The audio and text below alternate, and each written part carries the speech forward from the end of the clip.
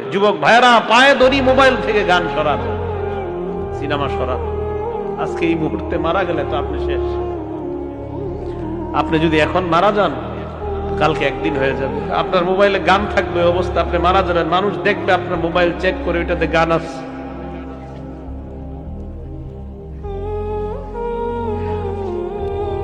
আপনি এখন মারা গেলে মানুষ আপনার মোবাইলে চেক করে দেখবে এটাতে গান আছে, সিনেমা আছে। গান সিনেমা মোবাইল থেকে ডিলিট করে দেন, তওবা করেন। পৃথিবী সাক্ষী হয়ে যাবে যে এই ছেলেটা মারা গেছে, ওর মোবাইল তো সিনেমা আছে, ওর মোবাইলে নাটক আছে। মানুষ সাক্ষী হয়ে যাবে আপনার গুনাহের। মোবাইল থেকে আপনি গান ডিলিট করে দেন, নাটক ডিলিট করে দেন। বন্ধুরা চাপ দিয়ে আমারে ফেসবুক খোলাইছিল, আমারে ফেসবুকে ইসলামী লেখালেখি করতাম।